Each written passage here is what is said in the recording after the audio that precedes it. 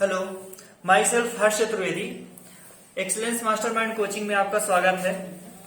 आज हम बात करेंगे फिजिक्स के बारे में। फिजिक्स के जैसे कि बहुत सारे एग्जाम्स में जो बायोलॉजी वाले ग्रुप के बच्चे होते हैं उनको फिजिक्स में अधिकतर प्रॉब्लम्स आती हैं और इसी वजह से उनके सिलेक्शन में भी कमी रहती है। जिनकी फिजिक्स अच्छी है उनका सिलेक्शन रेशियो बहुत ज्यादा बढ़ जाता है, उनकी चांस सिलेक्शन होने की उम्मीद जो है बहुत ज्यादा बढ़ जाती है। और उसी बारे में हम बात करेंगे, उनको क्या क्या दिक्कतें आती हैं, क्या क्या प्रॉब्लम्स आती हैं, किस वजह से वो घबराते हैं। जैसे कि मेन सबसे जरूरी बात होती है 11वीं में जब वो आते हैं 10th पास करके, तभी से उनके मन में एक डर बैठ जाता है फिजिक्स के प्रति कि फिजिक्स कठिन है, उसमें मैथ का प्रयोग है, क्या है कैसा है। बाकी सब्जेक्ट वो लोग कवर कर लेते हैं, जैसे केमिस्ट्री हुआ, बायोलॉजी हुआ, उसमें भी जो खासकर मतलब कि फिजिक्स में जो न्यूमेरिकल वाले प्रॉब्लम्स हो गए और इन सब प्रॉब्लम्स उनसे बहुत घबराते हैं और इसी वजह से उनके सिलेक्शन में कमी रहती है। आज हम उसी बारे में बात करेंगे और समझेंगे इस बात को कि फिजिक्स से घबराने की जरूरत बिल्कुल नहीं है।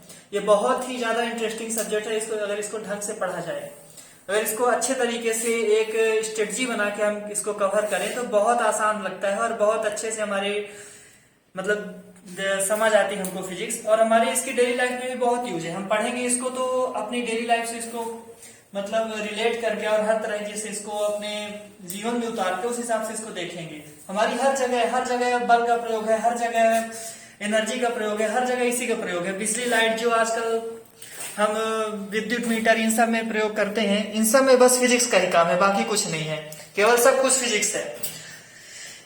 इस ब्रह्मांड को संचालित करने वाली ताकतें जितनी है, सारे फोर्सेस है, सब में तो फिजिक्स का काम होता है। सारे नेचुरल फोर्सेस, सारे नेचुरल चीजें, मतलब सब कुछ फिजिक्स है और इसे हमें समझना बहुत आसान है, कोई कठिन बात नहीं है। अगर हम इसको अपने मन से और लगन से इसको समझने की कोशिश करें, इसकी प्रैक्टिस करें तो बहुत आसान लगती है हमें।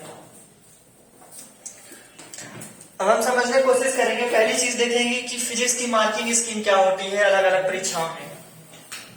जैसे कि नीट में टोटल प्रश्न होते हैं 180 प्रश्न और हर प्रश्न 4 नंबर का, मतलब टोटल प्रश्न पत्र हुआ 720 नंबर का। अब इसमें हम फिजिक्स की बात करें तो फिजिक्स के प्रश्न होते हैं 45 प्रश्न और हर प्रश्न 4 नंबर का, टोटल हुआ 180 नंबर का। केमिस्ट्री हुआ, केमिस्ट्री के भी 45 प्रश्न, हर प्रश्न 4 नंबर का, कितने नंबर हुए टोटल 180। और बात आए बायोलॉजी की तो बायोलॉजी के टोटल प्रश्न होते हैं 90 प्रश्न और हर प्रश्न 4 नंबर का, कितना हुआ 360। तो यहाँ पे ये नीट जो है कंपटीशन एग्जाम है, यहाँ पे सीटें फिक्स्ड है। यहाँ पे ऐसा नहीं है कि पेपर कठिन आ गया तो मतलब कम नंबर में हो जाएगा या फिर ज्यादा नंबर। हमें सबके लिए मतलब हमारे लिए बस कठिन है, कठिन आया तो सबके लिए कठिन है और सरल आया तो सबके लिए सरल है। सरल आया तो मतलब इसकी जो रैंकिंग जानी है, जो कट ऑफ जाना है वो हाई जाना है, और कठिन आया तो कट ऑफ कम जाना है क्योंकि वो सबके लिए कठिन है। तो यहाँ पे बात आती है कि केमिस्ट्री और बायोलॉजी 90% बच्चे जो होते हैं इन सब्जेक्टों में बहुत ज्यादा अच्छे होते हैं, वो सभी पढ़ लेते हैं इस चीजों को। और मेन जो सिलेक्शन होता है, जो सिलेक्शन का मेन मायना होता है वो फिजिक्स होता है। ये अगर हम इसको कर लिए तो ये तो कर लेते हैं, सभी बच्चे कर लेते हैं। मेन चीज हमको समझना ये होता है फिजिक्स अगर हमारी अच्छी है तो हम इन सब्जेक्ट्स को कवर कर सकते हैं और सिलेक्शन के चांस हमारे मतलब लगभग सिलेक्शन हो ही जाता है अगर हमने फिजिक्स हमारी अच्छी है तो। और फिजिक्स में का मेन होता है डर मन में। अगर मन का डर निकल गया फिजिक्स के प्रति तो फिजिक्स कोई कठिन बात नहीं है, बहुत आसान सब्जेक्ट है ये, क्योंकि इसमें कुछ रटने को नहीं है। इन सब्जेक्टों में केमिस्ट्री, बायोलॉजी में तो आपको समय देके पढ़ना है, आपको करना है, इसमें प्रैक्टिस करनी है और ये इंटरेस्टिंग सब्जेक्ट है। हर सब्जेक्ट इसमें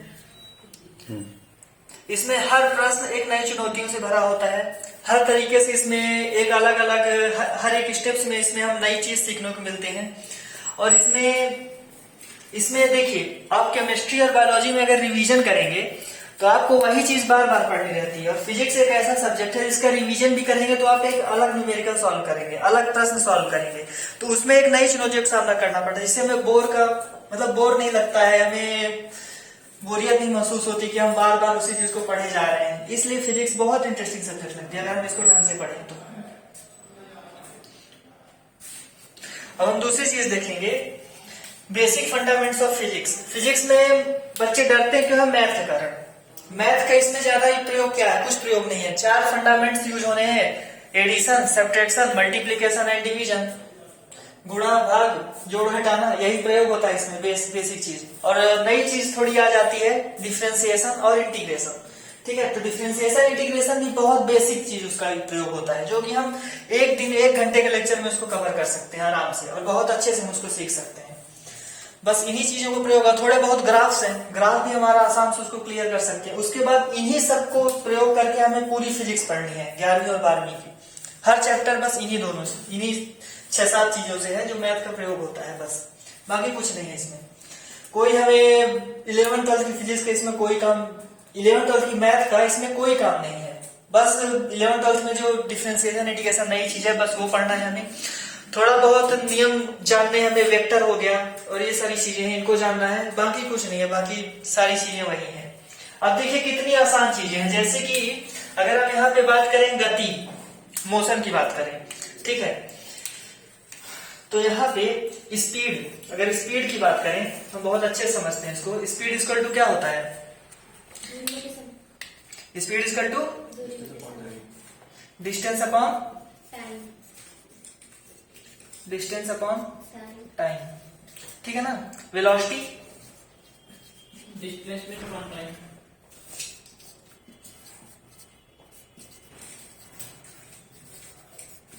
डिस्प्लेसमेंट अपॉन टाइम, ठीक है। मतलब वेलोसिटी जो है डिस्प्लेसमेंट अपॉन टाइम, मतलब डिस्प्लेसमेंट जितना हुआ उसमें कितना समय लगा, वो हमारे पास वेलोसिटी आ गई, ठीक है ना। अब वहीं पे हम एक्सीलरेशन की बात करें, एक्सीलरेशन में क्या होता है कि कितनी वेलोसिटी कितने समय में बढ़ी, तो क्या हो जाएगा? वेलोसिटी अपॉन टाइम, कितनी वेलोसिटी कितने समय में बढ़ी। और वहीं पे अगर फोर्स की बात करें तो फोर्स भी निकाला जाएगा हमारे एक्सीलरेशन से।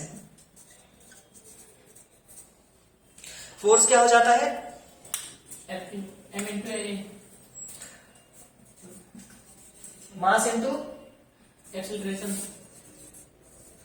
एक्सीलरेशन मतलब किसी चीज का मास कितना है और वो कितने एक्सीलरेट कर रही है, कितनी तेजी से एक्सीलरेट कर रही है, वो चीज होता है हमारे पास फोर्स। हर चीज इसमें रिलेटेबल है। जैसे वेलोसिटी में अगर कुछ चेंज आता है तो उसका प्रभाव सीधा फोर्स में भी पड़ेगा, एक्सीलरेशन में कोई चेंज आ रहा है उसका प्रभाव फोर्स में भी पड़ेगा। यही चीज है, मतलब हर चीज, पूरी फिजिक्स रिलेटेड है। यहाँ तक कि क्लासिकल फिजिक्स जो हम 11th में पढ़ते हैं, मॉडर्न फिजिक्स जो हम 12th में पढ़ते हैं, वो भी एक दूसरे से रिलेटेड है। उसमें भी कहीं ना कहीं अगर हम देखेंगे तो बहुत ज्यादा संबंध है दोनों में। इसलिए पूरी फिजिक्स, यहाँ तक कि केमिस्ट्री और मतलब बायोलॉजी को भी अगर हम इन तीनों सब्जेक्ट को भी मान लें तो ये तीनों भी रिलेटेड है, इनमें बहुत ज्यादा संबंध है एक दूसरे से अगर देखा जाए तो। हर चीज, पृथ्वी की उत्पत्ति से लेकर यहाँ तक कि ब्रह्मांड की उत्पत्ति से लेकर अभी तक बात करें तो हर चीजें एक दूसरे से घुल मिल जाती हैं, फिजिक्स, केमिस्ट्री, बायोलॉजी, तीनों सब्जेक्ट्स। तो इनमें बहुत ज्यादा समानता है, बहुत ज्यादा मतलब इंटरेस्टिंग सब्जेक्ट है, और हम इसको इसी तरह से पढ़ेंगे कि तीनों सब्जेक्ट्स को मिला के एक तरह से।